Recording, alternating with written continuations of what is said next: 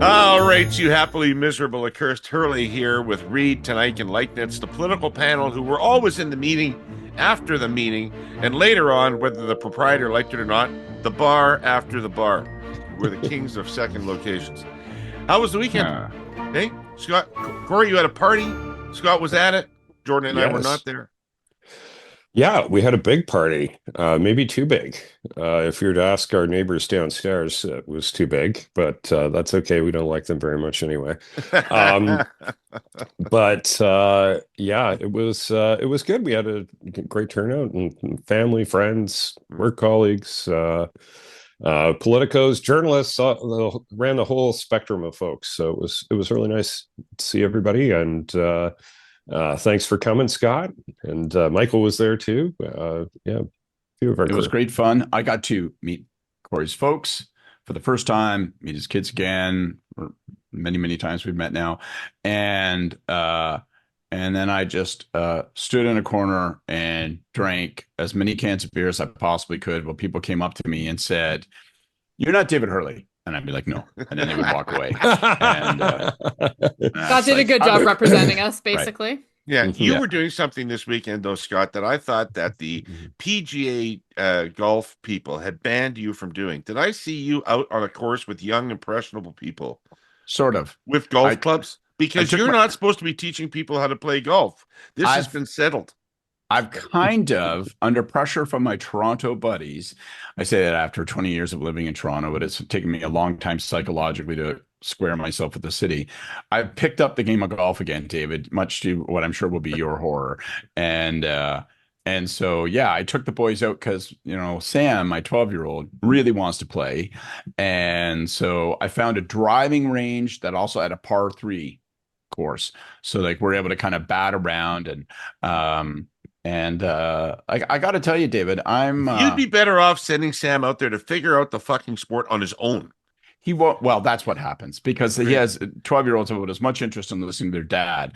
Move your left foot forward. Turn your hand to the left.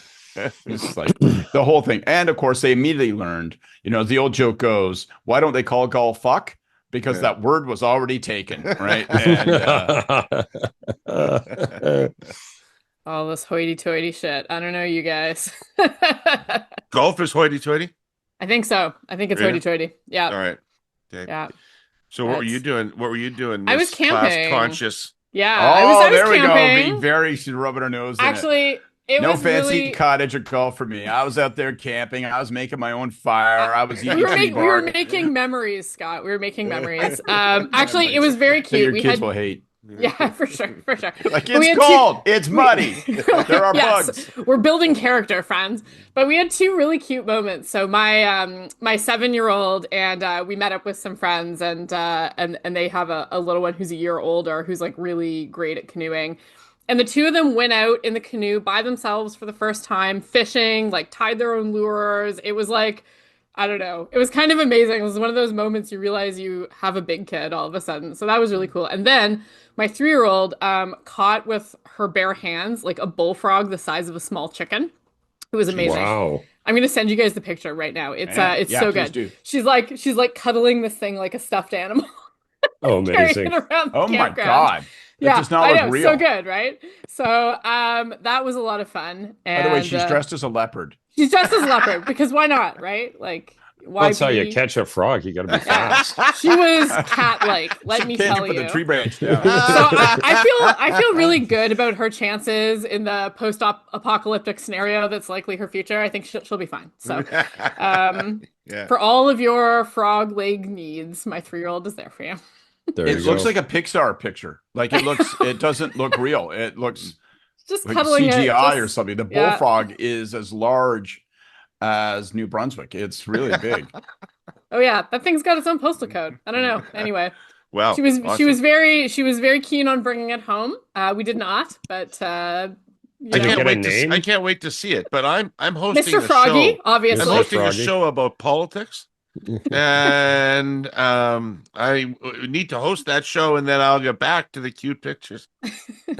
Exactly. We are Boring. testing the tolerances of those who've written about the no banter. Yes.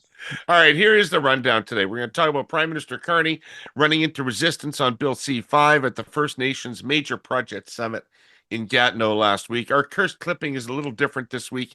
It's Nate Erskine-Smith's open letter to supporters saying Bonnie Crombie must garner two-thirds support at the Ontario Liberal AGM this fall. We'll break that down. And what we didn't have time for last week, but the NDP seems to have plenty of time for, the 7-month campaign to see who gets to lead them back from the wilderness. And finally, it'll be Mr. Pinsent and our Hey Yous. So, Scott, let's start with you. You were particularly interested in talking about the meeting that the federal government, the Prime Minister, and some of his cabinet had with the Indigenous leadership of the country last week. And what was interesting to you about that? Well, just on a very superficial level, we've had, what would you say, 4 or 5 months, more or less, of everyone who crosses Mark Carney's path saying yes to him, right? I want to be elected prime minister. Yes. I want to get a mandate to break down internal trade barriers. Yes. I want to do massive changes in our economy. Yes. So there's been this kind of uncontested time. Now, some people call it a honeymoon. I'm not sure it's a traditional honeymoon because it all occurs in a climate of crisis where he's seen to be the guy that's harnessing all that. But that last week was the first time when we saw repeated protestations of no. And now what the consequences of that are, how that goes. Today the premiers are meeting in Huntsville. Indigenous leaders are going to be at that meeting. I assume it's going to be in many ways an echo of last week's, where they'll be cautioning that they need to be fully participating. It's clear that the theory the prime minister is operating on is we will provide upfront equity participation in these projects for those bands that wish to participate, and that will make you a full-fledged actor in this effort and will give you a resounding and permanent set of benefits. And that seems to me to be a reasonable proposition, but it's clear that you could see the reaction. It's clear that some are saying, sorry, it's not just about that bottom line transactional. We want some, I would say, now in my, coming from my white boy privileged position, we want some ill-defined degree of acknowledgement, involvement. Like, it's not even crystal clear what the demand is. And of course it varies because it's not as though there's one monolithic Indigenous community, quite the opposite. So I just thought the most important and interesting thing was this is the first occasion coming in the same week where the prime minister was forced to acknowledge that the August 1st deadline may not pass with a deal that doesn't include some sticker price tariff across the board for the United States. And it just seemed like this was the week where suddenly the prime minister heard no, and now we'll see how he reacts to that. Right. Right. You seem to have a forceful reaction, though. You anticipated, it seemed in our email exchange, you were like, I've got my own bat to swing on this. So like, before you turn to others, I want to hear what you say. All right. Well, I mean, you are portraying it as reality hitting Carney, and that may be true. But it may also be reality hitting the Indigenous community, which is Trudeau's not the prime minister anymore. And priorities are different now. I don't think the Indigenous community ever really understood what they had in Trudeau. And they've never had a government that was that committed to accommodation and reconciliation, and they're not likely to have one like that again for a while. That commits that level of resources and political capital and everything. Carney has a different job, a different agenda. He's gonna get shit built, and so I don't think he's gonna get bogged down in years and years of negotiations about this. I think it's going to be coalitions of the willing. Some, as you said, some groups are going to want to build, they're going to build.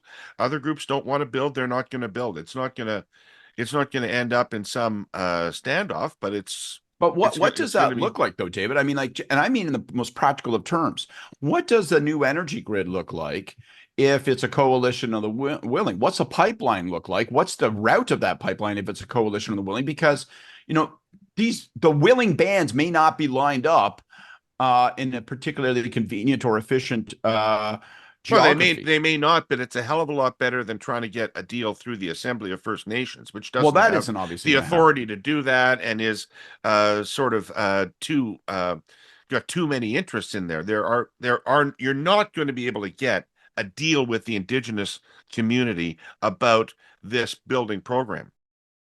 So, a question. Can something display qualities of sincerity and insincerity at the same time? Contradiction, duplicitousness, and a double standard at the very heart of it. The following story says that it can. I've been talking here about how our presenting sponsor TELUS's competition have been trying to restrict TELUS from offering wholesale fiber internet services in Ontario and Quebec, going so far as to formally petition Cabinet to overturn a thoroughly reviewed CRTC decision that had allowed it, based on proven consumer benefits. Last week I told you about Cogeco. This week it's Bell. Now get this.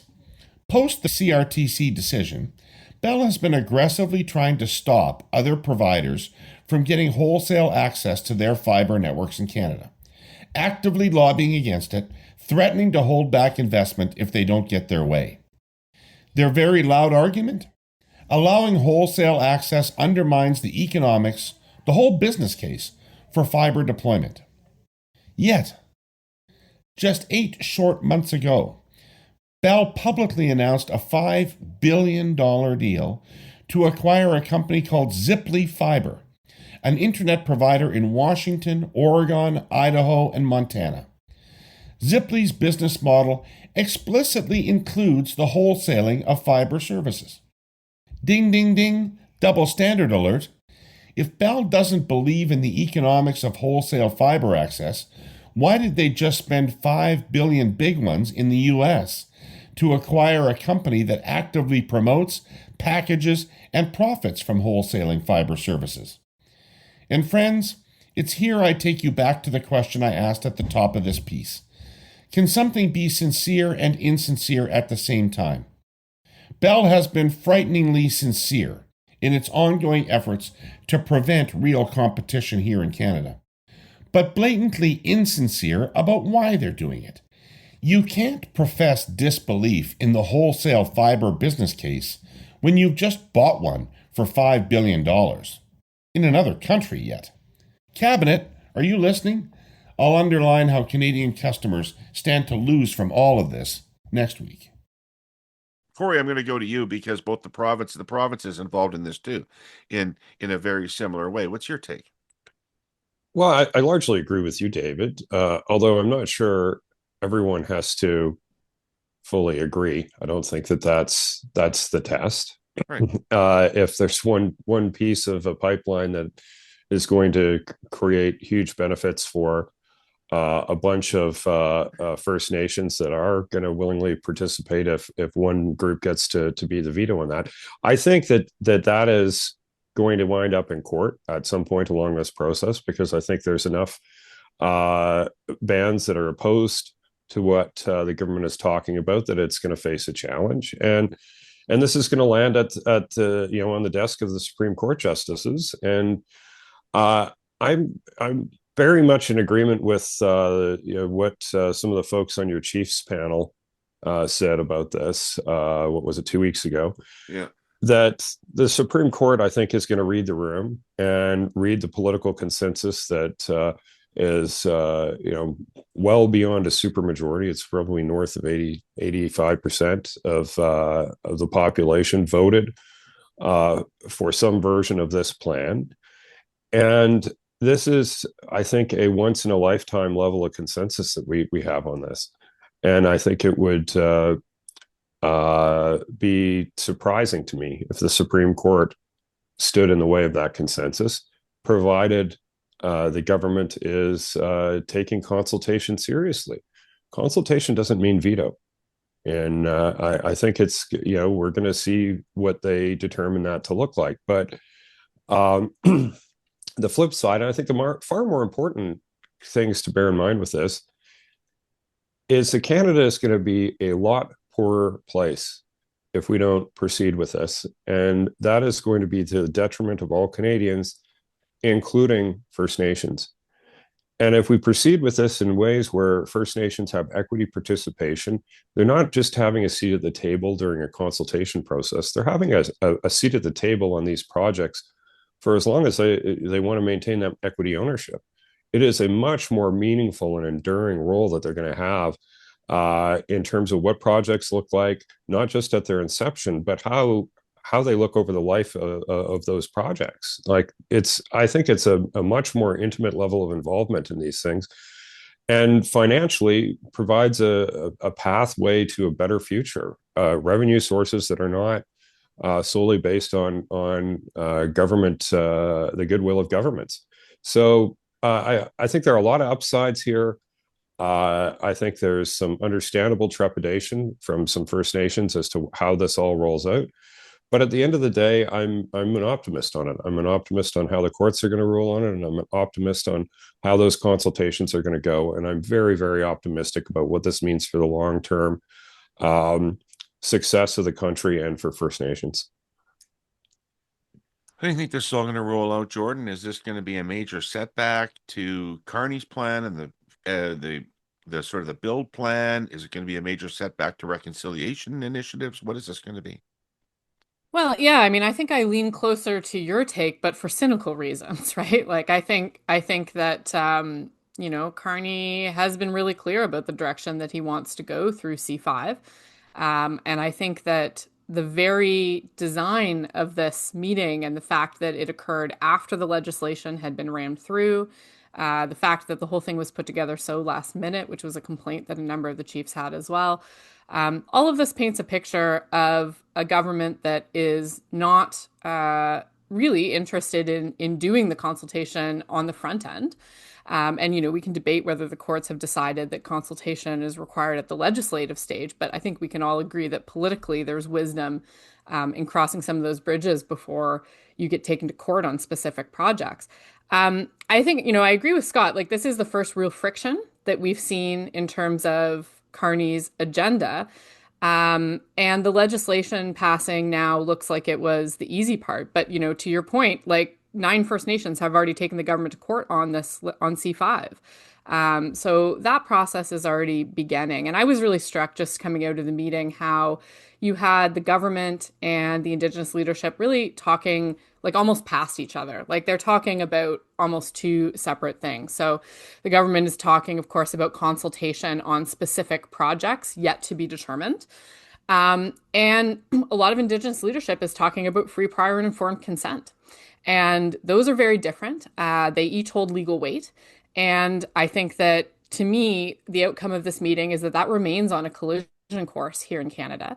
I think that part of what makes this moment a little weird in the discussions is that there aren't specific projects on the table yet, right? So we're still talking in the hypothetical. And we did hear, and I think that there's a number of projects we can all think of where you will see, I think, like vociferous opposition, including protests coming from Indigenous communities. And then there's going to be other projects where there is going to be willing participation, where there are going to be economic benefits and where leadership at a local level finds that to be advantageous. So I think it's not one thing across the board, but it's going to be a bit of a fight on each and every project. And then the last thing I would say, I was interested in like, what was the deliverable out of this meeting, ultimately. So Carney made a big deal of, he's there all day, he's there to listen. Yeah. But what is the action that actually came out of this? Well, so he was asked to reopen and revisit portions of the legislation. He was clear he's not going to do that. He was asked by a number of Indigenous leaders, including Grand Chief Woodhouse, to protect Indigenous Services Canada from the 15% cuts that are coming. Bearing in mind, of course, that Indigenous communities have massive infrastructure deficits, massive social service deficits. That commitment was not made. The commitment that they came out of was that there was going to be more regional dialogues, and that's pretty much it. So I don't think this really changed anything, but to me, it really underscored that this discussion is happening almost at 2 different levels, and that we are going to see a lot of this hashed out in the courts. Okay, so Scott, how do you see this? Let's just pick up where Jordan left off. Yeah. How do you see this? How do you see this thing break down? Because this is a real, it feels to me loggerheads. Like, I mean, Kory's right. 85% of people voted for an economy that was different, for a government that was going to get building the Canadian economy. And the polling I'm doing indicates that is the mandate. That is, people think we've left ourselves as a country too vulnerable to outside influences, not enough domestic production, not enough. So people want change, and they want it fast. And on the other hand, you've got the Indigenous population that doesn't really want to do anything very fast. They don't feel the same sense of urgency. When I had Cindy Woodhouse on Yes. the podcast, she's like, "Well, let's take the summer and think about it." And I didn't get the impression she was really just talking about the summer, right? I got the impression she didn't have a ton of urgency about it. I've talked to people in the Wynne government, and let's just say the Ford sucks. Let's just acknowledge right off the top that Ford sucks. Okay. And I said to them, Okay, I'll grant you that. and I said to them, where would we be in the ring of fire if Kathleen was still the premier? Would we have a mineral development? No, we would not have a mineral development. Best people think is maybe we'd have a road. Okay. Well, that's 15 years after we promised a road. Well, this agenda can't move at that pace, right? Mhm. Like, we're only going to be using oil in the world for another 40 years. If we're going to build a pipeline, we need to build it now. We can't build a pipeline in 10, 15 years. It doesn't make any sense. Right? So how are we going to juxtapose these two forces? Well, we're not going to. There's going to be a collision, and ultimately, some things are going to proceed in spite of, not with, the consent of some. I don't know how large to say it. It's not monolithic, but so you're going to see that. And so, what I look at that, and I'll give myself the privilege of going back in time first, right? So first, I think you have to. So then because the point I want to make is about one of how this is politically managed and publicly managed from an issue managed, if you will, from this point forward by the federal government.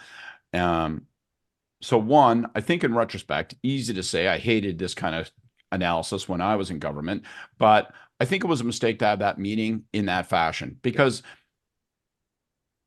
Jordan is correct about what came out of that meeting, and it was predictable that that was the only possible outcome, right? It was not possible to gather that many disparate interests in one room and have there be some kind of progress. None of those demands could be met.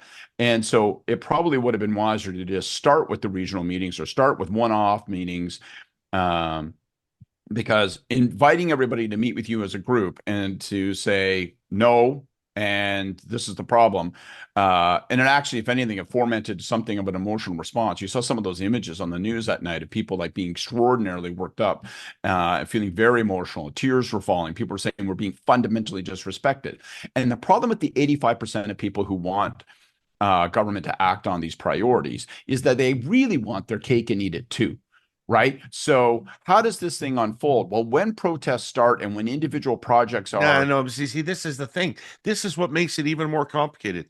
The 85% don't give a fuck what the Indigenous population thinks about these projects. They don't.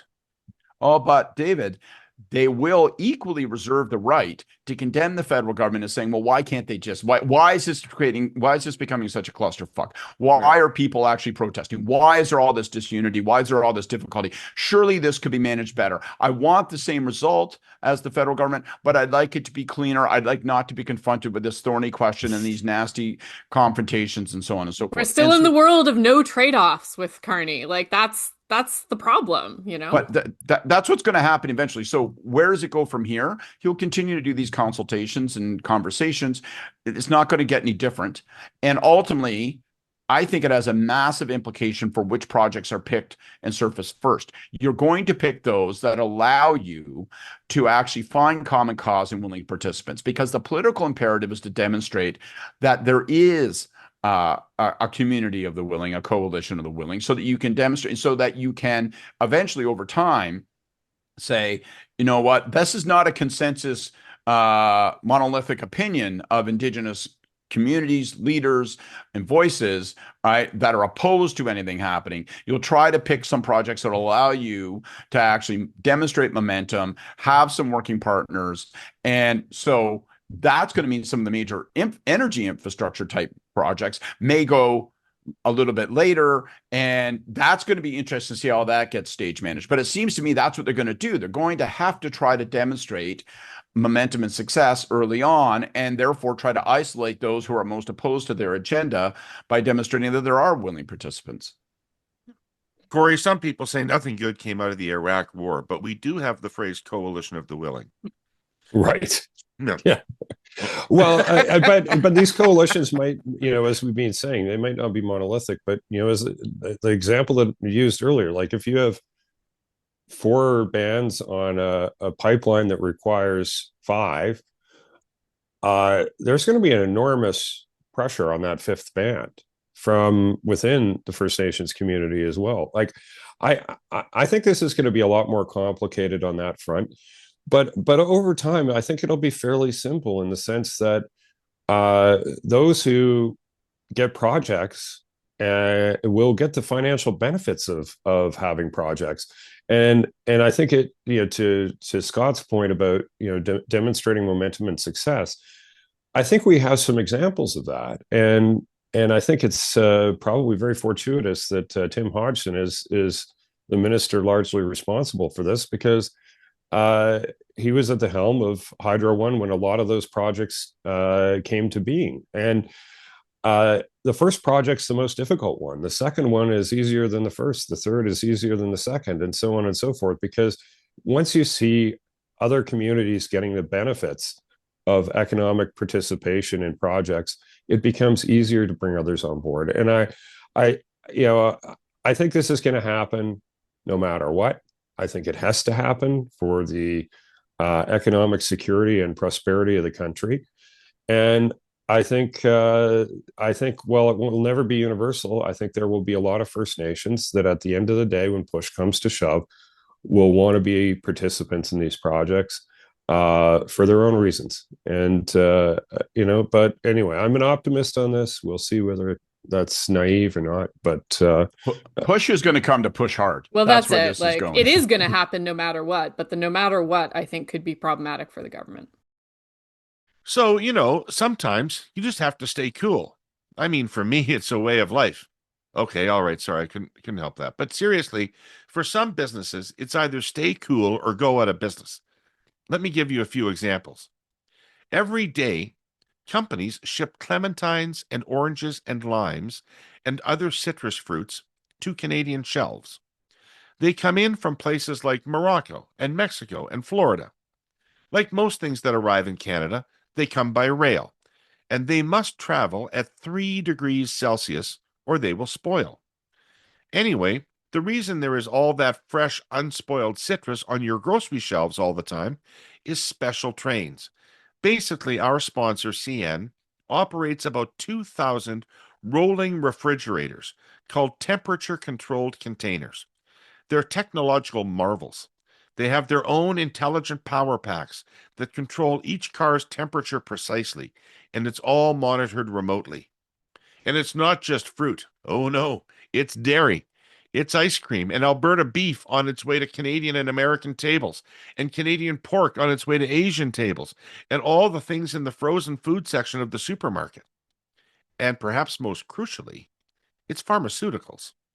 Serums that must always be kept at precise temperature, and any variance in that temperature could result in a catastrophic destruction of a potentially life-saving drug. Accomplishing safe delivery means not only keeping the temperature stable en route, but on arrival at the port or other destination, and then in trucks. And CN and its partners have the technology to accomplish that too. In winter, of course, the situation reverses. Goods have to be insulated against freezing or even heated. All that is done day in, day out, smoothly, safely, and on time. It's easy to take all this for granted, and of course we all do, because all these things keep appearing on our shelves. But it isn't magic, folks. It's by dint of technology and investment and expertise and dedication. It's thanks to CN's railroaders. I think you are looking at the potential of some very high conflict scenarios, including protests, blockades, things like that. And while it may be true that a majority of Canadians want those projects to go through. They also don't want the messiness and conflict of that. And I think to your earlier point, like right now, everybody's in favor of everything because it's not clear what the alternative is, or what, you know, what is the trade-off in order to get that thing. And I think that over time that's going to become clearer, and you may see some more complexity in those numbers. But this is also an interesting question when we talk about, for example, the list of projects, right? So we talked about, why would you have the expectation going into that first ministers meeting earlier on in the summer where you were going to have a list and then no list came out? Well, to me, this also drives back to the question of the list. Like, you have to choose, I think, if you're the Carney government, very carefully, what are some of the first projects that you're going to put in the window to ensure success, frankly. So to find those projects where you do have some Indigenous partnership, to find those projects where maybe it's not those big energy ones that are the lightning rods, but to show that there is actually some success under this framework is going to be really important. I think there's one other. Sorry, I think there's one other quick point that is probably worth mentioning, because it came up off the top, and that's what happens with tariffs and Trump. And I think it's increasingly clear, not just looking at Canada's negotiations, but looking at how this is going with every other country in the world, that we are going to be in a non-zero tariff environment, and the economic pressure on Canadians and on the Canadian economy is going to be ratcheted up over time because of that. And that is going to be a driver in and of itself. Like, it is, I think it's clear today to us that we have to do these things. I think it's clear to the Carney government. I think it's clear to the opposition. I think it's clear to many Canadians. But that clarity is going to come into even greater focus as we come to the reality of what a Trump administration means. I just want to throw two additional thoughts, because I myself made the argument, as Jordan just did, that the likely political path, therefore, is for Carney to identify one or two initial projects where you can find some collaboration and use that as a model. There is an alternative, right? The alternative thesis, the alternative judgment would be to say, damn the torpedoes. Like, I might as well go in the aftermath of this trade disruption. I might as well go in the current political environment and take this thing on head. So start with an energy infrastructure project, knowing that there's going to be challenge, find those, and have this argument out when you think that you're still early enough on that you have the power to win it.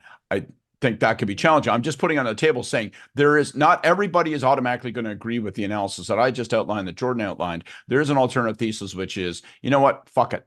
Let's just go and have this out and have this argument now. You can run headlong at that wall for sure. Well, I'm in favor of that approach to a certain extent, because I think if you are to say we're only going to do easy things and there's no pipeline projects in the initial list, you're going to have a national unity crisis. So, like, I don't think you can just leave the tough stuff for another day. I think that is a perfect segue to the final point I was going to make, which is because you are, my friend, despite the complaints of some at the federal level, a conservative. I think this whole debate is going to be a dominating discussion along with tariffs and Trump, and it leaves Poilievre with no place to enter the discussion that leaves a mark. Because what can he do? He can't disagree. If that's going to be a dominating argument, he's on the same side of that argument as Carney. He's going to be reduced to that pathetic opposition argument where he's like, I would do it better. I would do it easier. I agree with the goals, but I think I'd have a better process. I'd be more likely to bring people together, which fucking nobody outside of his nuclear family agrees with. So it's marginalizing with the conservatives. Well, it could be, but I would say there is an opportunity for the conservatives if they were to take a go slow approach, and some of the major projects like the pipelines are not part of that initial list. I think that provides a lot of ground for the opposition to go after, if you're the conservatives, to say, see, I told you so. It's just like Trudeau. It's not really going to happen. They're going too slow. They're not listening to the 85% of Canadians who want this stuff, and we would do a better job. I think that is a pretty compelling message track for the conservatives, and I think it's a risk for Carney if they don't actually move aggressively enough. Yeah, Well, it's also a risk though for him to put all his political capital in the line for a project that doesn't have a proponent. And I think he's already been pretty clear that he is looking at spending his capital on this stuff on projects that already exist, that are already advanced through consultation processes. So I don't know that he's going to go for that. Like I think he's been Well, we'll signaling the see. opposite. well, I'm a We'll little. see. I think it's gonna. I think it's a big culture clash, you guys, and I think that it is going to leave a mark on the reconciliation relationships for sure. Some places are going to be enthusiastic, um, enthusiastic participants, and they'll make money and they'll be happy about that. But I once read a book by Thomas King called The Inconvenient Indian, and what a book that is. And it really told me how differently Indigenous people see land as a concept than we do. And so, for those of us who think that it's just a matter of cutting the money up appropriately, it isn't just Mhm. about Yeah. cutting up the Yep, money totally. appropriately, right? And it's more profound than that, and it's going to be difficult in this And country. also like think about it in a scenario where those communities that agree to projects are reaping huge economic benefits and those that don't are facing cuts to government spending in their communities and in these hugely underserved areas already. It's not a very nice world. No. All right. But Speaking it's of the not real very world. nice worlds, speaking of not very nice worlds, there's leadership reviews, Oh, and that was you I guys thought met. you were going to segue to the NDP and I was No, like you guys mentioned Poilievre's leadership review, but there's another leadership review that's in the news. I bet you Kory has a spicy take on this. Um, Nate Erskine Smith, um, who's either an MP, a federal cabinet minister, a provincial leadership candidate. He's a lot of things, this guy, but he writes an open letter to Liberals um, last week that goes in part like this. I'll be a little more blunt here than I have been to date. That renewal starts at the top. From conversations with many members who supported every different leadership campaign, this seems to be a prevailing view. There are already distinct and grassroots led efforts to organize for change. And given the leader and her team are trying to socialize the idea that an untenable 51% mandate is an acceptable result, I expect they also know how members feel. 51% is obviously not enough. If a leader can't earn clear majority support of card carrying Liberal members, how can they possibly be expected to earn the support of the millions who did not vote Liberal in the election? Two-thirds support should be the minimum expectation. Remember that the entire premise of Bonnie Crombie's leadership run was that she would win. Ideas and grassroots rebuilding were secondary. We'd carry Peel and go from third to first place. Today, we're still in third, and the leader lost her Mississauga race. Kory, if you were going to go at a sitting leader, is that how you would do it? Yeah, I think you've got to determine what the bar is going to be. Although, saying it's 2/3, I don't know. I think First of that's all, if you kind of wanted to be leader, would you be out there writing a letter like that? Uh, if I were Nate Erskine Smith, I probably would, because that seems to be in perfect keeping with his personality and his history in politics. Yeah. I'm not sure it's the most successful approach. I think I'd have a proxy doing it if you're looking at being the candidate. Maybe. exactly. Should But have had a proxy to write that letter complaining that he was dumped from cabinet. That would have been right, good. that would have been helpful too. But as I said, that wouldn't be in keeping with who he is. I don't know. My personal feeling is I think they should both co-lead the party, because that would be even more Nice. advantageous for the Conservatives in the next election. Like Liz May could but- participate in that somehow. Like, But failing that, they should have a protracted civil war for as long as possible, perhaps up to and including during the election campaign. Yeah, look, you can understand why. Like, I do think there is genuine grassroots support for some change. I'm just not sure there's a lot of consensus that it should be Nate Erskine Smith as the alternative. Like, I think if there was a truly better candidate than Crombie, there would be a lot more appetite to go down that road. But it's kind of as we've talked about in the past on these things. And you could say the same thing about the federal Conservatives right now. There has to be viewed a viable alternative that's waiting in the wings. before these things tend to be terribly successful. The open up the leadership and see what happens approach has appealed to some people, but it's not as high as people who are jazzed about another candidate who's willing to run. So I'm not sure how far this is going to go, but the fact that it's happening, I think, is not surprising. What he said in the letter is true. Crombie promised a much better result than she got. She lost her seat. She lost, I think, all but one Mississauga ridings. She got slaughtered in Peel as a whole. That's damning. She's the mayor of Mississauga. She was supposed to be, adding to the baseline of their seat count all of those seats, and she got absolutely roasted. So, that's not a position of strength to go into a leadership review. And I think she's just been very low energy. I think she was low energy for a lot of the time after she initially won the leadership. She should have been out building the grassroots, doing candidate recruitment, doing fundraising. And I think she suffers from a desire to be in rooms full of people she knows that applaud her. She's more comfortable at the Toronto Chamber of Commerce event than she is meeting 25 people in the basement of a town hall and doing the ugly, difficult, protracted work of building a party from opposition to being in a position to win an election. And it's unglamorous. Like, there's a reason why people say the worst job in politics is being an opposition leader, and that's because it is. It's hard. It's unglamorous. It's difficult. It's a lot of work, and I'm not sure that she frankly has the drive and the work ethic to do that. So, a couple of weeks ago here on the pod, I said I was curious about something.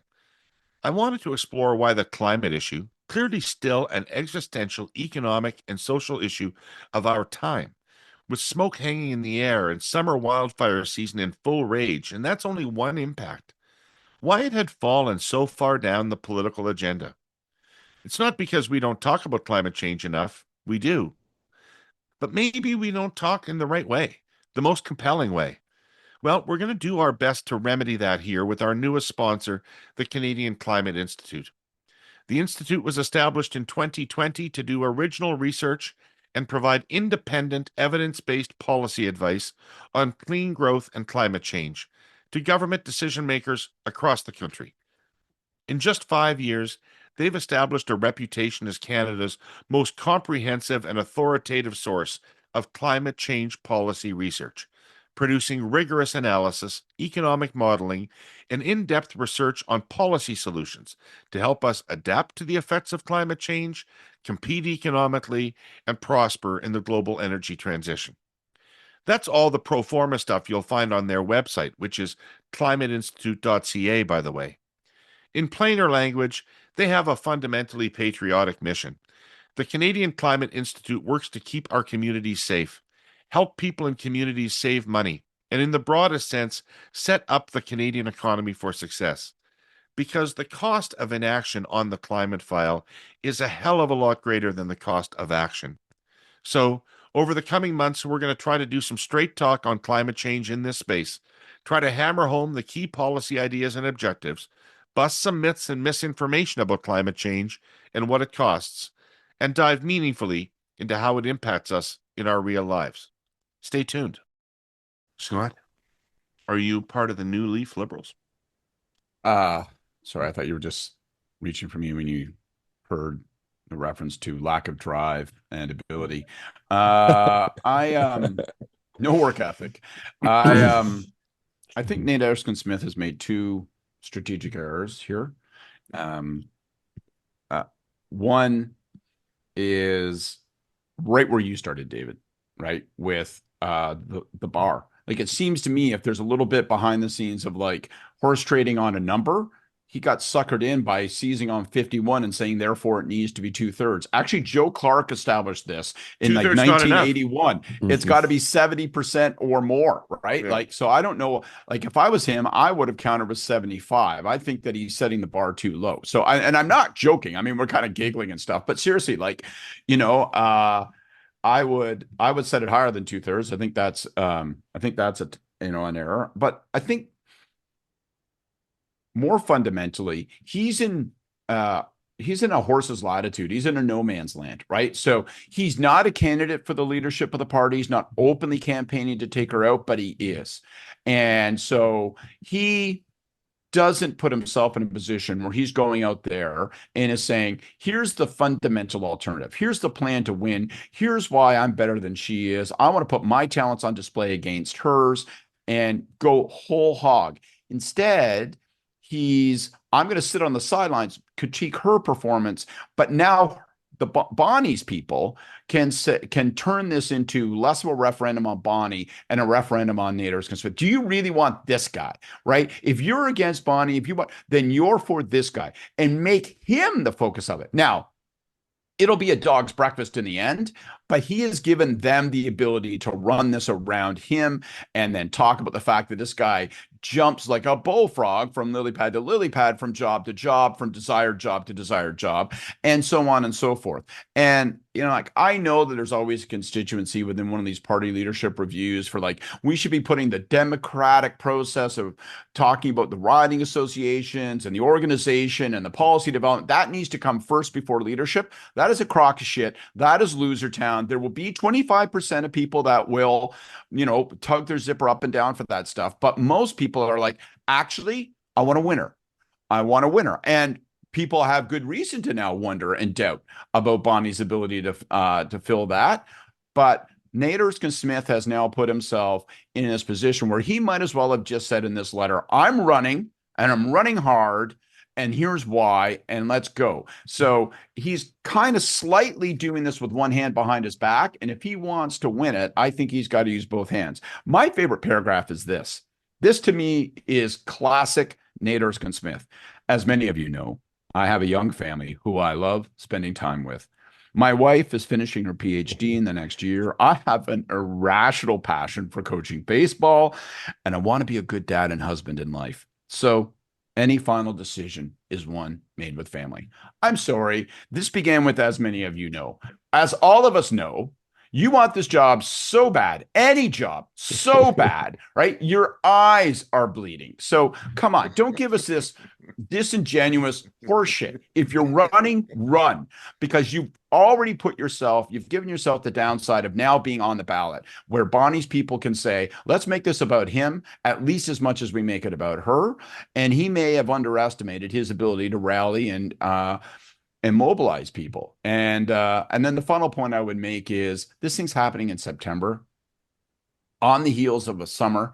There is not much of an organization. So, like, who can mobilize people in, like, ridings in the GTA, much less in rural ridings across the province where there is almost zero Liberal footprint now? Like, that's a really fascinating question. People, like, we're talking about, like, incredibly tiny numbers of people may vote on this thing in tons and tons and tons of ridings. And so marginal ability, getting 7 people out in some places will matter a fuck ton.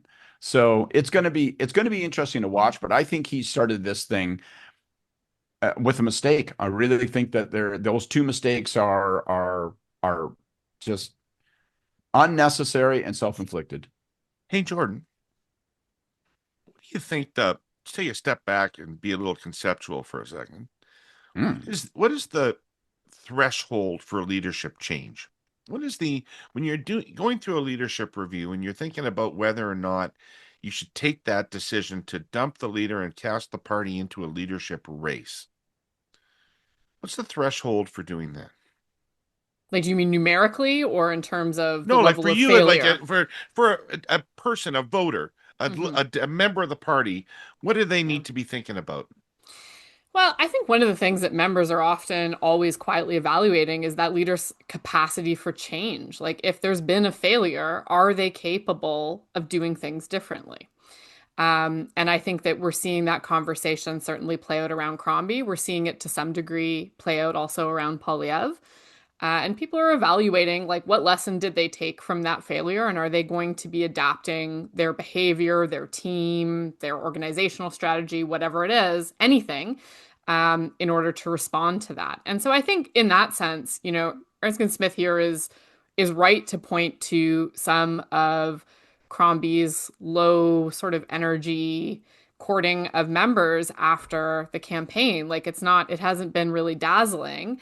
And so there is something there. And he's underlining like she wasn't a winner and she hasn't really presented her vision for what does that change look like in a compelling way. So I think he's correct that there's an opening there, but I would largely agree with what Scott said. I do think he set the bar really low. It's good to use a proxy to do this sort of thing. It's less good to out yourself as the as the organizer of the proxy nearly immediately. So it's all rather clumsily done, and I think the laugh at the paragraph that. What about the second prize part of it? Like this guy was, last I heard from him, was whinging about not being in the federal cabinet. Well, that's just it, right? Like, and I mean, I remember ancient history, i.e., 5 months ago, when this guy was leaving federal politics to spend more time with his family until all of a sudden he got a cabinet spot. So, like, it also is read differently, I think, coming from him, and as it should be, and it looks more opportunistic than it would from somebody who wasn't just dumped from the world's briefest cabinet stint. And then the last thing I would say, and maybe this is just to go a little bit further than Scott on a similar point, is like, I think that doing what he's done in the way that he's done it actually is probably counterproductive for him because he's going to push people into closing ranks around Crombie. Like, there is a real risk that when you present yourself as he's trying to go in with like a real front runner, like I am the alternative, but not that pretty clearly party members made a decision that wasn't him very recently. So I think that the idea that you make yourself the ballot question could actually be counterproductive for him when he is when he is who he is, right? Right. There's an outcome that thrills Kory, right? Which he more or less described, but I'll just be more explicit. The outcome is that Nate Erskine-Smith is strong enough to fundamentally harm Bonnie, but not strong enough to win. And so then you take a party that's still in third place in the legislature, that's upset about not having performed better in the last election, led by a leader who does have a lot of room to grow, and you made it weaker and divided. And so you just end up in a situation where it's like, and then people start to look around, they go, well, I don't know, man. Like, I don't like Thatcher. I don't like Heseltine. Is there a John Major in the wings somewhere? And it just creates 2 years of hand wringing and dissatisfaction. Also a big fan of that scenario. My advice to Nate Erskine-Smith is, I think you should really only count on the people who signed their full and real names on the petition. I don't think Anonymous from Hamilton is necessarily going to show up, or Bob from Algoma necessarily going to show up at the meeting that you need them to show up at. So, full names and addresses preferable, really. Bob from Algoma is a full name. It's a strange name. It's a family baroncy, right? It's Bob from Algoma. It's St. John de Rothschild. So, all right. Speaking of leaderships, Jordan, kick us off. The NDP have decided that you don't want to wait too long, but you don't want to rush into this. So 7 months between now and the leadership selection. What's the rationale? So this is interesting. So it was like there were kind of two camps within the party about two elements of the leadership race rule. So one was duration, and then one was what the entry fee would be. And I would say what the party ended up with was a little bit of both. So there were folks who were arguing for a shorter race that would end in December, and others who argued that the party needed a little bit more time to do postmortem, and you could afford to have a slightly longer race, also to encourage, I think, a broader field of candidates. So the second argument won out for that. So it'll be a 6-month race. And I should say also, this is really different from the race in 2017. Like that one dragged for it was almost 18 months, right? It was brutal. It almost killed the party. It torpedoed fundraising. It was terrible in every measurable way. So this is a lot shorter than that. So it'll start in September. It will end at the end of March in Winnipeg. And then on the entry fee, so in the last race in 2017, the party had a very low entry fee. It was $30,000. This time it's going to be $100,000. So that's still considerably lower than the Liberals. So Liberals are up around $350,000. in the most recent race, and it's still about half what the Conservatives had in their most I was recent surprised leadership by race. that because I actually thought the entry fee might be like a basket of free range hen's eggs and like a friendship bracelet made of hemp. So Well, that we would sounded. accept bartering from you, Scott. You know, if the bracelet work is really good, did you weave the basket? Because that Oh matters. my, yes, no, no, All right, no, absolutely. From my before hair, as a matter of I go to fact. these reprobates to comment on your party, I have one more question for you about this, which is okay. So parties at rock bottom, there are one of the things that means is that there's really 37 different theories about how it can come back, right? You can formulate this coalition or that coalition. In the last leadership race, seems to me you had two candidates. Each of them had a theory behind their candidacy. Top was going to rebuild the Leighton coalition. He's from Montreal. He'll be able to keep Quebec in the basket, and he understands what worked for Leighton. And then you got Singh, who was, well, no, we're suburban, we're new Canadians, we're going to appeal to a whole new coalition we've never appealed to before. What potential candidate has a theory around their candidacy right now? Yeah, well, I mean, and I think, so like Brian ran for leadership after Jack's death in 2011, Oh, sorry, that was so. against Mulcair. I fucked that up. Sorry, Yeah. that's right. Yeah. No, I mean, it's like, I think the point stands. Look, I mean, right now, I think you have sort of two theories emerging. And so one would be on the more left flank of the party that says that the reason the party has lost is because it lost touch with its members. It wasn't sort of adequately representing left issues, both on the working class, but also on sort of more identity and cultural issues. And that if we sort of do those things harder, that will result in a victory. I think the other camp is maybe more of a mainstream one. I would see it as being in the lineage of the latent vote coalition argument, arguing for the need for an appeal across the country that's strong regionally, that we need to basically be speaking to more people, more Canadians, not fewer. That's how the math works, as it turns out, in elections. And that but I would say the common thread is that like there is, I think, an acknowledgement or a reinterrogation of the party's links to issues that are working class issues. So that's issues like affordability, cost of living, like some of those bread and butter things. And how does the party sort of balance what it's doing on that versus some of the other more social and identity issues that it spent a lot of time on over the last couple of decades? So those are some of the debates that are happening, and I think you'll see leadership candidates that fall kind of, there'll be a spectrum. But then you have to see, right? Like you have to see, how do those candidates perform on the ground? What is their capacity to actually, as Scott was saying with respect to Crombie, like that party rebuilding work is a slog. Like you have show me that, you can go to the Legion in Kenora and go and persuade 20 members. You have to be able to do that work in every part of the country and mobilize real amounts of support behind yourself. And the last thing I would say is that, I think that perhaps the party doing very little and lying low, the party's not actually at rock bottom. So rock bottom was election day. They're back up at around 12 points. So going away and touching grass for a few months is maybe not the worst thing that the caucus can do during this period. So I think the 6-month race, that allows maybe a bit of a broader number of candidates to come out and to articulate that. The party's going to have to show some regional strength. Like, who do they have coming out of Quebec? What is their ability to talk to an important vote base in British Columbia? How can a potential leadership candidate mobilize voters that have slid off from the party over the last couple of elections in places like Northern Ontario and Southwestern Ontario? So those are going to be really important questions. And we'll see how it goes. There's runway. Scott, the Liberal Party has a lot at stake here. I mean, the secret sauce of the Chrétien majorities was the weakness of the NDP in those days. And so whether or not the NDP are in for a decade of Audrey McLaughlin's and that kind of performance, or whether they bounce right back, is going to have a lot to do with how long the Liberal Party governs.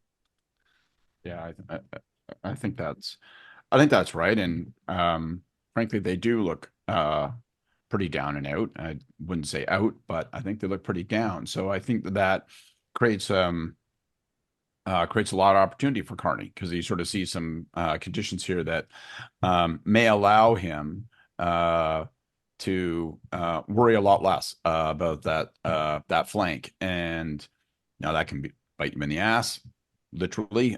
We talk about flanks, but it's pretty clear that the NDP feel like they're a distance from being a really significant threat. I think I am actually reluctant to wade into this in any, because like, what the hell do I know? I really don't. But I have one basic take, which is all of my NDP friends, including of course Jordan, are people who have worked within the party, within a professional context, who see like we have to create a coalition that that is politically durable, that is professional, that focuses on winning. And obviously for the NDP, there's a give and take on that, because sometimes that's not a practical possibility that you can say in public, but you still have to work in that zone, as opposed to saying, let's go full court hard left. Let's do we are going to be the party of identity, the party of protest.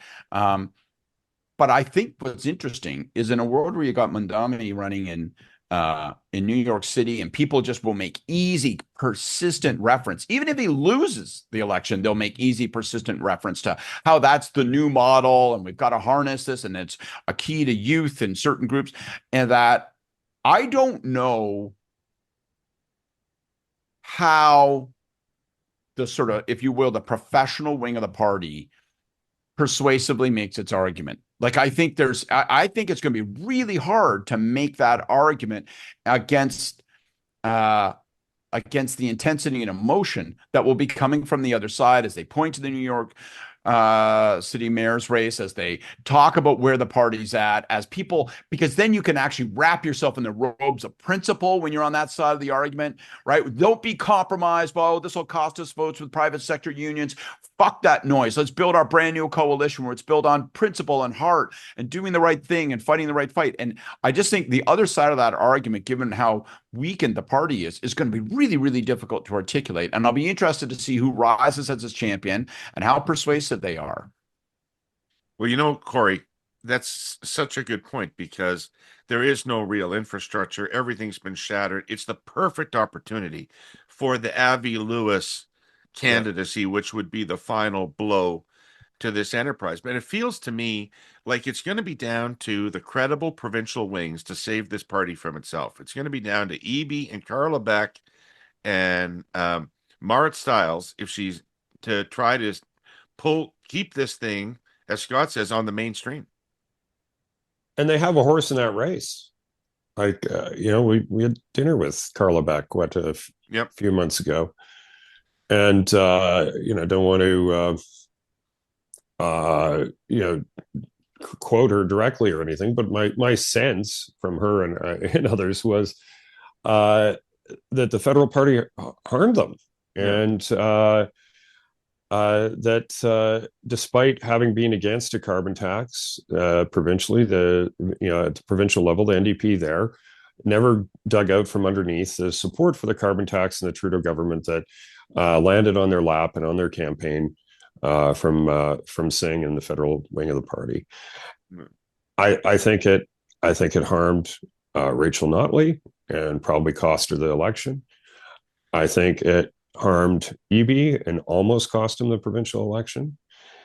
I think it harmed Marit Stiles extraordinarily in the last provincial election. So all those people you mentioned, I think, have a horse in the race of trying to moderate the party and to try to bring it closer to some of its more traditional roots. As Jordan mentioned, southwestern Ontario, northern Ontario, but also in its prairie heartland. The only person who really bucked the trend on that is Wab Kinew. But I think he's kind of which tells you how unpopular the Conservatives in Manitoba really, really were. Yeah, right? Well, they'd been around for a long time, and I think there was a get rid of those folks. And I also think Wab is a once in a generation political talent for the NDP. It's kind of a combination of those two things. But but I think they all have an interest in trying to do that. That said, I'm very pessimistic that that what Scott laid out isn't what's going to happen. Like, I think the one constituency within the NDP federally that is probably the most diehard, but I'll defer to Jordan on this because she'll know much better than I.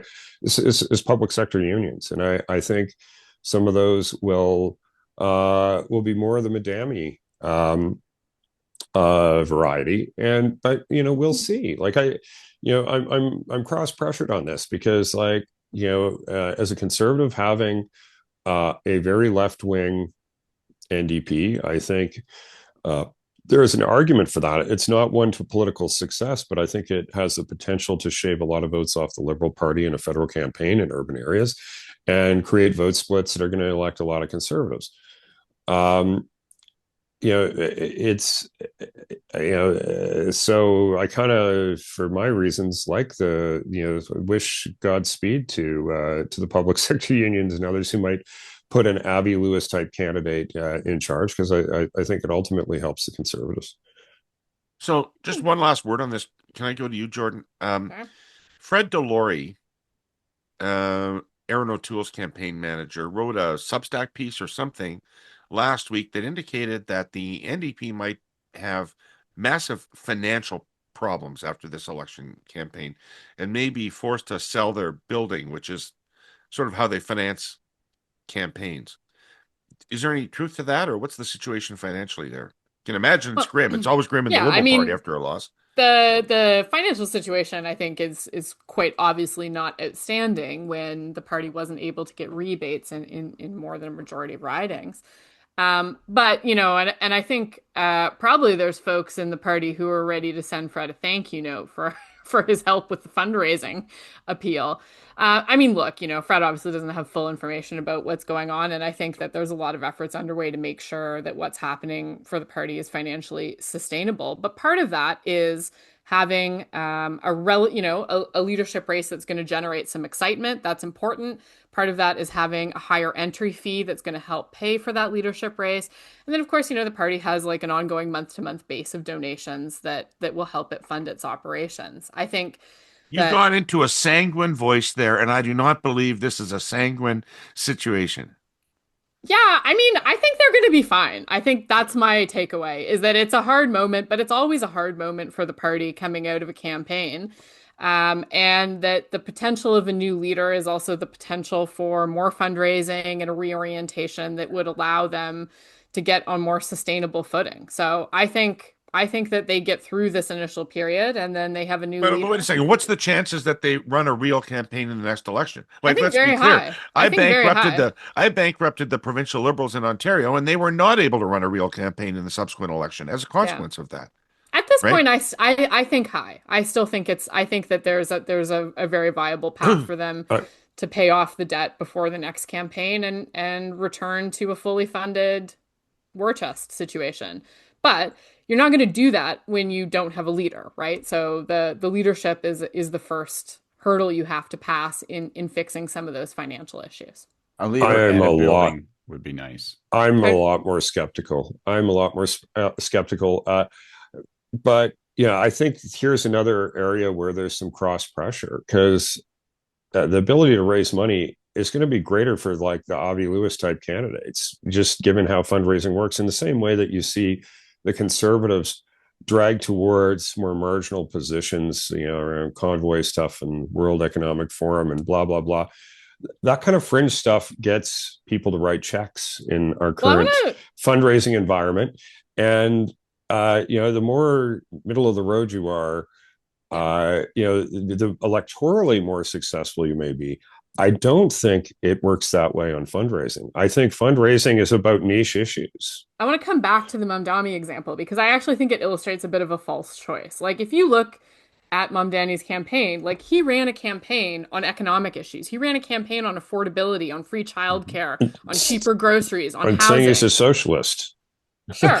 But I'm pretty sure it was the first things that actually galvanized a lot of his support, right? So I think that there is a difference between being bland and centrist and being able to mobilize people using economically populist rhetoric and positions. And I think that that's something that's available to all leadership candidates. And I think that it would be a mistake for the party to pit the idea of sort of exciting, more economically populist positioning against some sort of status quo. Like that is a loser race, right? Like you have to generate excitement, you have to generate differentiation, you have to pick your conflict points and drive them hard, particularly against a government that's swinging right. I think that there's capacity for people all across the spectrum within the party to use some of those tools. And the other thing I would say about Mamdani is that, for all of his democratic socialist background, like he was really an effective campaigner because he used new campaigning tools in an effective manner, right? So that's also going to be part of the conversation is that how does the NDP get its message in front of those voters in a way that's more effective than what they've been able to do, particularly between campaigns in recent years? And went after Israel hammer and tongs. And I think that's another thing that's going to be a risk for the NDP. I think the Palestinian protester stuff It's going to be almost a given where that's going to go. But it's also marginal. It's self-marginalizing because that's not where the Canadian public is.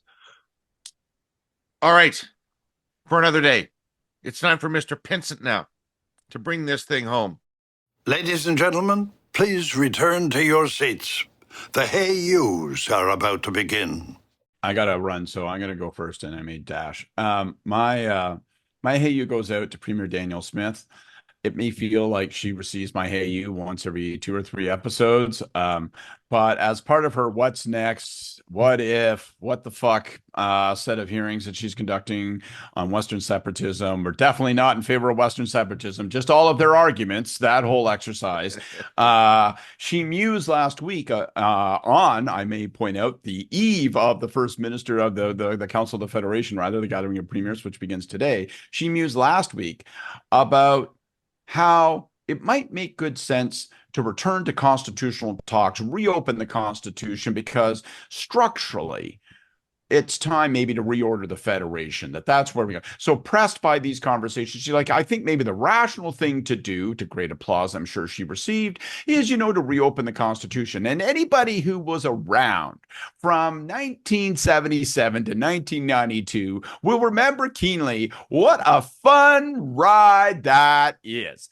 And I can't imagine how much delight there will be in the room today as we face the August 1st deadline, the prospect of disagreements across the country with respect to national interest projects and tensions with Indigenous communities. If Premier Smith shows up and says, hey, everybody, you mind if I insert a paragraph into our communique that says we are calling on the federal government to reopen constitutional talks so that we can jack ourselves about Senate reform for the next fucking 6 years. My, oh my, oh my. Triple E. Can't wait to talk about it again. Kory, hey you. Yeah, I wanted to throw a hey you out. I guess I'll throw it to the Ontario Liberals, but it's really to make a broader point about leaderships and leadership reviews. I'd like to make the case that it shouldn't be a leadership review after you lose a campaign. It should be a leadership race. And the candidates, as a candidate who served and is serving as a leader, wants to run again, run in a full race. I like that approach better because I think it creates, it might not change the outcome. Like, for instance, federally, if you were to do that federally, I think Poilievre would win easily. But I think it's a different approach. You might even run unopposed, I would imagine, in the current context. I don't think that would be the case in the Ontario Liberal Party. I think there'd probably, clearly be 2 candidates, maybe more. But it forces you to actually do the difficult work of retooling your team, of receiving a mandate. It allows you to put the defeat and the issues that led to it behind you in a real way with the broader electorate. And I think you come out of that with a stronger mandate of leadership. And I think that's an important thing. But the idea that you're entitled to multiple swings at the plate after striking out, I just, I don't ever think it's in a party's best interest. Jordan, was that Is my mind fooling me, or did the NDP not used to have a system like that in their constitution, where every convention the leadership was essentially up? Well, every convention there is like a leadership review vote. Yeah. So, but that's every convention. That's not just after election. So basically, it's similar to the Ontario Liberals. It's like, do you want to trigger, Right. Yeah, thought there was something I don't agree with that, right? Like, I think you've seen, with look at the United Conservative Party, how detrimental that is. Like, I don't, if you're winning and you win a campaign, I think your leadership is secure till you want to step away. And that I don't think it should be a perpetual gun to your head when you win, but when you lose, you should have to run again. Cool. All right. But Jordan? what if you lose and you think you've won? Does it count?